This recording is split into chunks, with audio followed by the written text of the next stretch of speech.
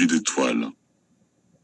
Caché, loin de la civilisation de l'homme blanc, vit un petit village amérindien que l'on appelle Esprit de Nuit.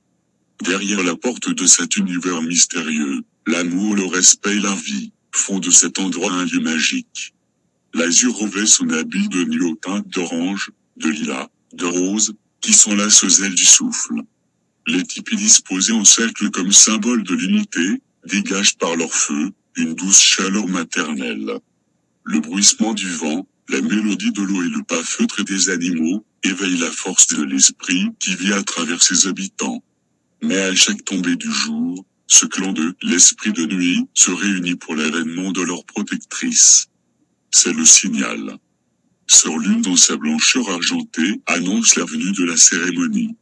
Assis en tailleur autour du grand feu qui les enveloppe de ses flammes ardentes, les hommes, les femmes et les enfants entament leur chant au rythme du tambour.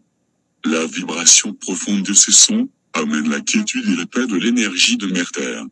Le grand chef, serviteur doué et homme de pensée, se lève à la gloire de ses ancêtres. Soudain, une lumière éblouissante illumine de ses rayons ce clair de lune sans étoiles. Les enfants charmés, figés en statues de pierre, s'émerveillent par tant de féerie, tandis que les adultes s'inclinent à l'apparition de leur gardienne, pluie d'étoiles. Ses longs cheveux d'ébène ornés de rubans de cuir, incrustés de plumes au feu multicolores, embrassent la délicatesse de son visage. Ses yeux de l'océan, dont l'écume poétise son regard, recèlent un trésor de bonté. Sa robe d'azur fluide d'une brise d'été, offre cette finesse que seul l'univers détient la grâce. Ses bijoux de perles célestes, symbole des dieux, ornent la pureté de son cœur.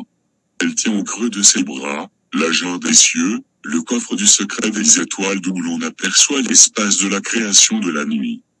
De sa main légère de l'oiseau-mouche, elle plonge dans l'abîme de la cruche, et d'un mouvement de l'aile de l'aigle, couronne le ciel de milliards d'étoiles. L'obscurité éclate de ses libalules lumineuses comme la pluie, qui déverse ses larmes de joie. Le firmament nuancé de pervenche et saphir, gratifie cet artifice de diamants. Pluie d'étoiles, louangée par les villageois, du bout de son doigt dessine des comètes aux traînées vertueuses pour rendre hommage à l'amour que lui portent ses enfants. Vous devez vous demander, pourquoi lorsque le soleil se couche et que Sœur Lune de sa tristesse apparaît, les étoiles ne brillent pas à leur tour? Il y a très longtemps le sorcier du village, Ours Sauvage, était l'homme médecine respecté du clan. Son pouvoir grandissait de plus en plus et son orgueil ayant soif de grandeur, tombait dans le piège de l'esprit noir.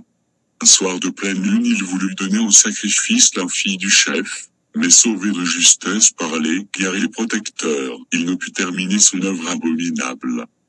L'ours symbole de sagesse, de puissance et d'éveil spirituel, aux yeux des habitants, ne représenta plus ses croyances par leur guérisseur et le bannissait du clan, pour que puisse revenir l'harmonie éternelle. Avant de partir pour le monde de l'exil, Ours Sauvage prophétisa cette malédiction, que les étoiles meurent par la flèche de mes griffes, que leur lumière sombre dans le ventre du serpent.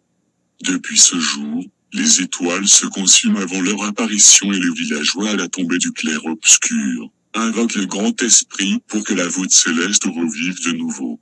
Le grand Manitou fier du clan, l'Esprit de Nuit, par leur combat contre le mal, envoie sa fille tous les soirs baigner le village du scintillement d'une pluie étoilée.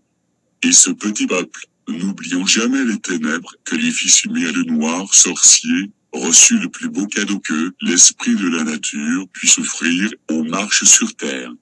Les étoiles, enfants de la lune, la vie tout simplement.